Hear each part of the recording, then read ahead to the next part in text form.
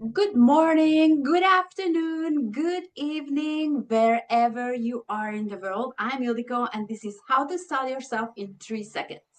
And today I have my lovely friend and one of my mentors, Karen Seltz, and we met through leadership. And I learned so much from you, and I so appreciate that.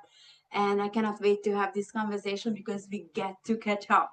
So, what is your true gift to the world? And welcome, Karen. Oh, thank you so much, Ildiko. It's so great to see you again and be with you. And I love sharing anything that will help anybody. So my true gift to the world, gosh, part of it, my mission is to alleviate suffering in the world. And I'm really good at it. I'm really good at doing that through the work that I do. But one of my other gifts, I would say that I've had for a very long time is I call it being a divine mirror. And I have the ability to really see people, whether they've been masked up or not, but to see like what their gifts are, who they are meant to be in the world, and to reflect it back to them until they can see it for themselves. Oh my God, this is so beautiful. And recently, I just saw on Facebook that you did something you new and you are 29 in the world. What is that? Oh yeah, isn't that funny? So I became the 29th rapid resolution therapy specialist in the world. And rapid resolution therapy it's such a cool modality. It's the thing that really changed my life. It took me from being depressed and an addict to being happy for no reason in a very short period of time. So my job is I meet with people, all kinds of people. It could be people that had like a lot of deep trauma or lots of little bumps and bruises along the way.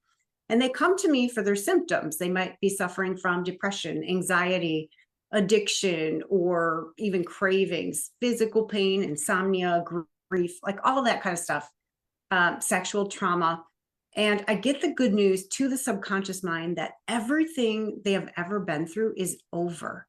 Because the only purpose of a disturbing emotion, thought, sensation, impulse, or habit is your subconscious mind wants you to take an action to not get hurt or not get dead.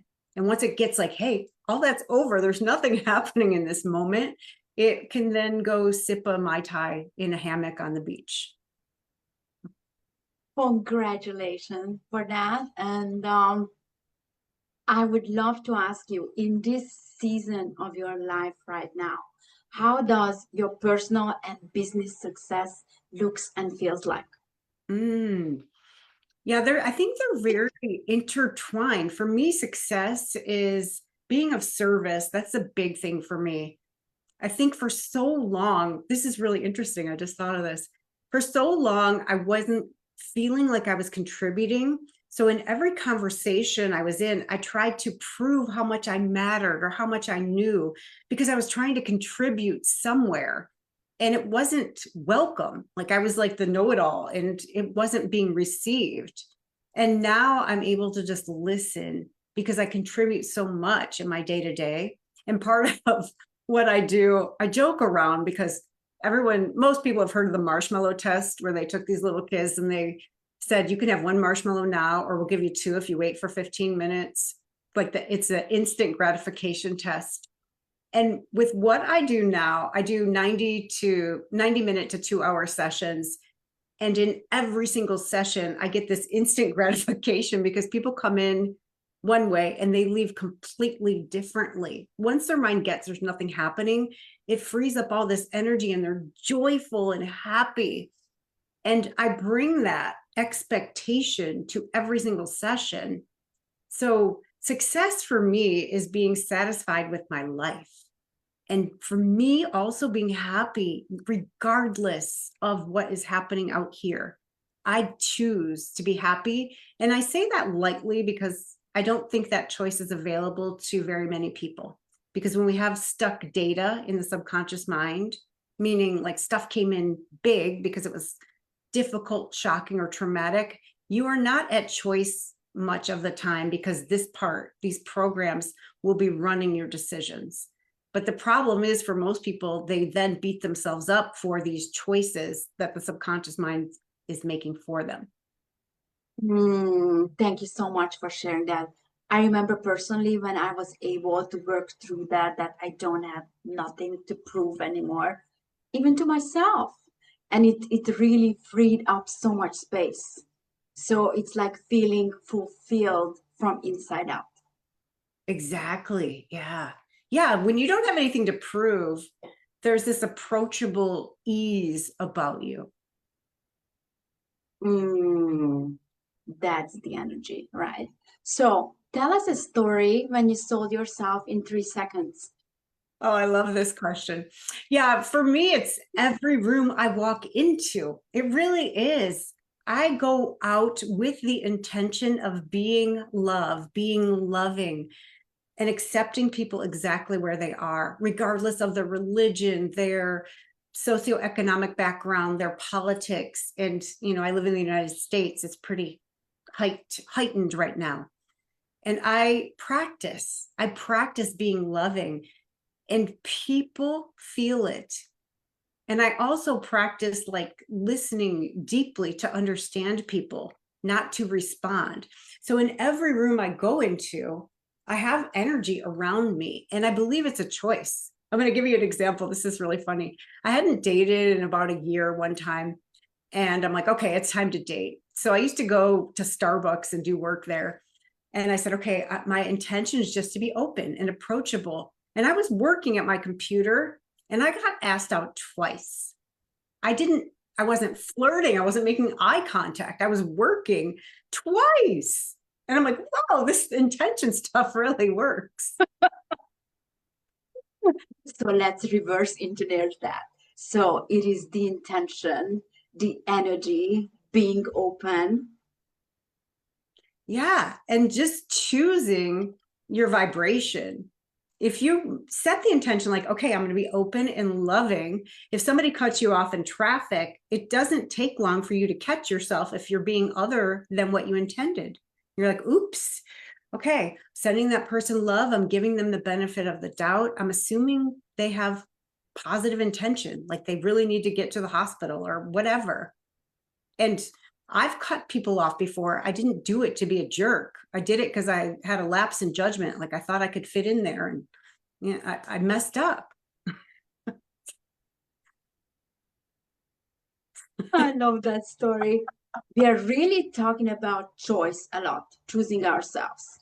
So for those people who feel they cannot choose their self or they haven't, can you please give us 3 tips right here how to start that process of choosing yourself daily? Hmm. Yeah, I love that you say that. So the subconscious mind, which is where I work in the realm of the subconscious mind. It's responsible for 95% or more of everything you think, feel, believe, and do. So if you are accustomed to putting everybody else first, that is because that's the way we are raised. We are raised as little people pleasers, because to a little child, a baby, and a toddler, even a 5-year-old, they equate parental disapproval with abandonment. And to a child, they know they can't take care of themselves. So abandonment equals death.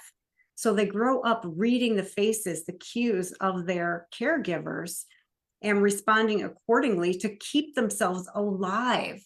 So then we get to be 18, and all of a sudden our parents or whoever say, okay, go take some risks, go apply to a bunch of jobs you're going to get rejected for. And we're like, oh, I don't want to, right? Like we don't have the skills. And to the subconscious mind, anything you haven't done before, it reads as dangerous. If you've avoided it, it thinks it's really, really dangerous and it's probably going to kill you. Or else, why would you have avoided it for all this time? So, one thing is to look for ways to take baby steps. Realize that you're afraid because you've never done it before or because you've avoided it. So, little baby steps. What's something you can do? One tiny step toward it, and still saying you're okay. And the mind, because it's so primitive, it's like a 4-year-old or a goat. That's about the level of your subconscious mind. it equates disapproval with a lion chasing you. It's the same chemicals, because disapproval equals abandonment equals death. So it sends the same chemicals to your body to outrun a lion, but you're not going to outrun a stranger on the internet judging you, right? There's nothing for you to do. So those chemicals kind of just stay in your body and wreak havoc. So just reminding yourself, hey, there's no lion chasing you. It's a stranger on the internet or whatever your thing is, approaching a guy that you find attractive.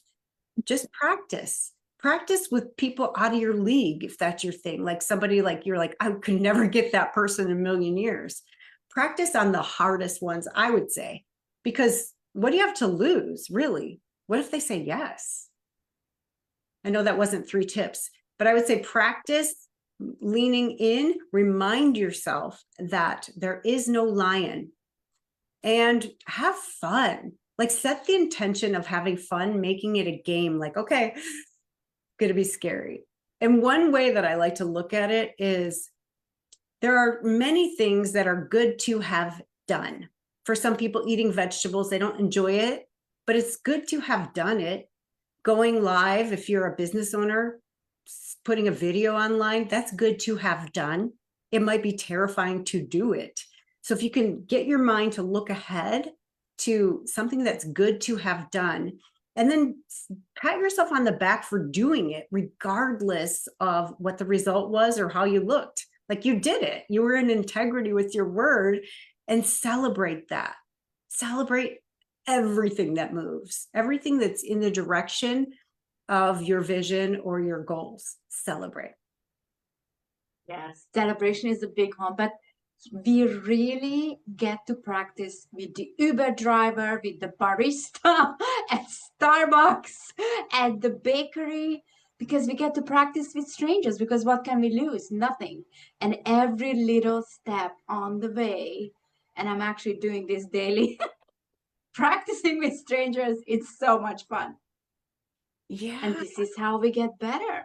That's such a great tip, Ildiko, because I used to have this saying when I first moved to Phoenix from Michigan. I'm like, nobody knows me here. What difference does it make? Like, I didn't care what people thought, because I'm like, they don't know me. I'm probably never going to see them again. Who cares? And it's so true. This is the best. So you are in a way so feminine, operating through your heart. So tell us about this journey through your heart, because this is one of the hardest. Yeah. It's really interesting because I grew up with 2 older brothers, and I was so afraid of being feminine. And I learned, or my mind made up, that I was less than if I was a girl. If I was girly, I was weak. If I showed emotions, I was weak. And then I went into a 12-step program.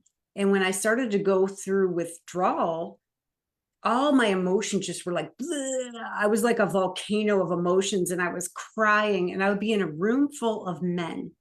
I would be the only woman oftentimes, because I was a sex addict. And I'm like, okay, they can view me as weak, but you know what? The strongest thing I could possibly do right here is be authentic.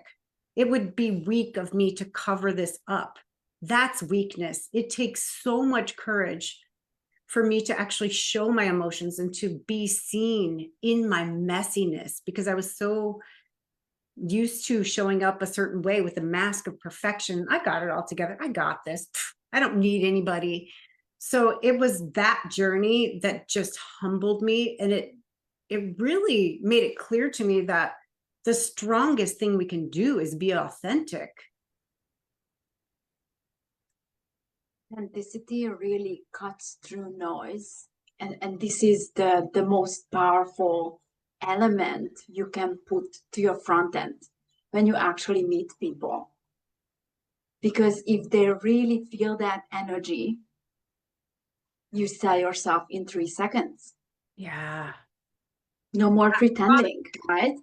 I saw some reel, and it said, we used to think, I can't remember what it was, But authenticity is the highest frequency. There was Yes. something they used to think it was, but I don't remember what that is right now. But authenticity is the highest frequency. And I believe you can feel it if you are allowing yourself to be present. Because we've all seen people, they say the right things, they got all this energy, but your mind is like, something's off. Something feels incorrect. Like this one woman came to me, she wanted me to coach her on how to sell this program, teaching women in corporate how to make 6 figures in their business. I'm like, well, how much are you making? She's like, well, nothing. I'm like, well, how are you going to teach that? That's not, it's not in alignment.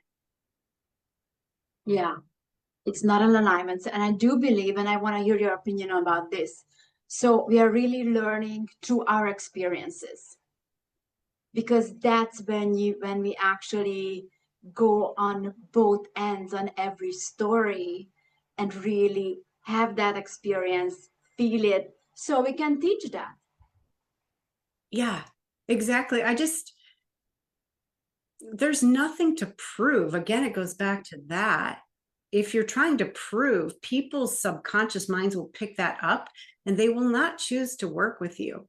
So if you are a coach or a healer, like the other side of humility is owning your gifts, like own what you really are good at. Talk about that. And the other stuff, just be authentic about it. Like I have people come to me for coaching and they're like, can you coach me in my relationship? I'm like, no, I cannot. I haven't had a relationship in 3 years. You don't want what I have. Like I can coach you in a lot of other areas, not that one. My God, I love that authenticity. And sometimes we get to say no to clients as well, and that's okay. And it actually should be like that, because you feel that you are not an energetic match. It's not a match. And why would we do that? Yeah. Like if I'm looking for a coach, I'm looking for someone who's done what I want to do. They are where I want to be. They have what I want to have in that area, not in every area necessarily, but in that specific area.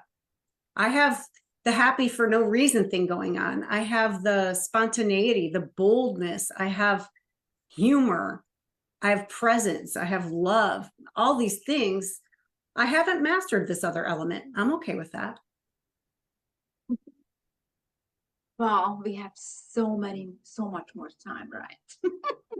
And we are already on the other side, on the on the better side. Let's put it this way.